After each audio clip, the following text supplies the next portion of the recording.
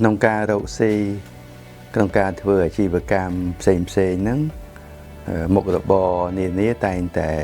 ពឹងពាក់គ្នាទៅវិញទៅមកហើយការពឹងពាក់ហ្នឹងជាពិសេសគឺពឹងពាក់ផ្នែកលុយផ្នែកថវិកាអញ្ចឹងមានបងប្អូនក្មួយខ្លះនៅពេលដែលកំពុងរកស៊ីហ្នឹងជួបវិបត្តិ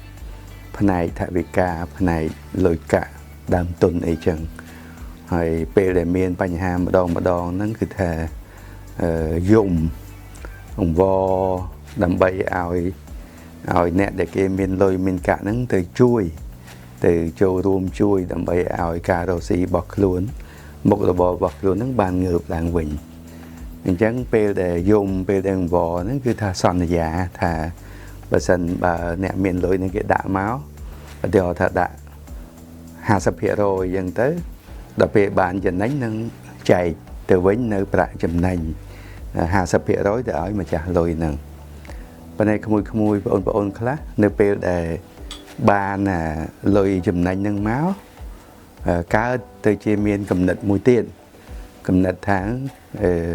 បើបានខ្លួនឯង 100% ចង់ទុកឲ្យទាំងអស់វិញឬក៏ថាទុកឲ្យបានច្រើនទៅអញ្ចឹងអត់ចង់ចែកអា 50% នេះទៅដល់អ្នកដែលគេ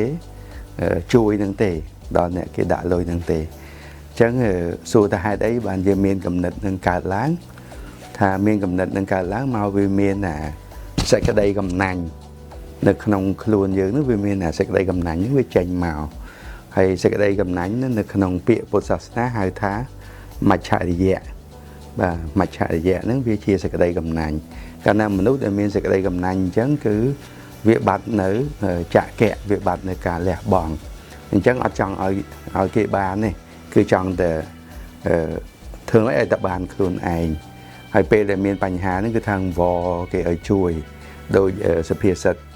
ខ្មែរយើងតាមខ្ញុំចាំមាន2ទី1បាននិយាយថាពេលឈឺយកដំរីទៅបន់ដល់ពេលស្រន់យកពងមាន់ទៅថ្វាយនឹងមួយទៅហើយមានមួយទៀតថាចូលព្រៃសត្វសាហាវស្រែកអំពាវគ្នាមកជុំដល់បានស្ករទឹកឃ្មុំពួនសំងំឆៃម្នាក់ឯងកាលណាមានគំនិតមច្ឆរិយៈអញ្ចឹងមានចិត្តកំណាញ់អញ្ចឹងគឺអត់បានសេចក្តីសុខទេហើយសេចក្តីកំណាញ់នេះវានាំឲ្យ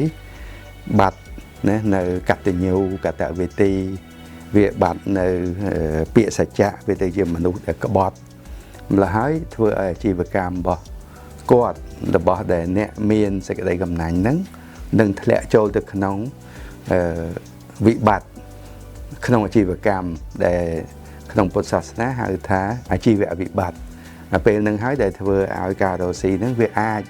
នឹងរលំរលាយបានដូច្នេះសូមឲ្យបងប្អូនក្មួយមានគំនិតចក្ខៈដោយលះបង់ហើយបន្ថយឲ្យបាននៅចិត្ត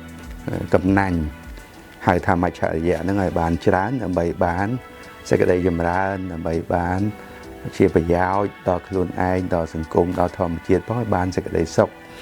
ទាំងអស់គ្នាទាំងអ្នកដែលគេផ្ដល់លុយឲ្យទាំងអ្នកដែលទទួលនៅផលឬក៏សេវាទាំងអស់នឹងផងបាទសូមអរគុណសូមអរគុណ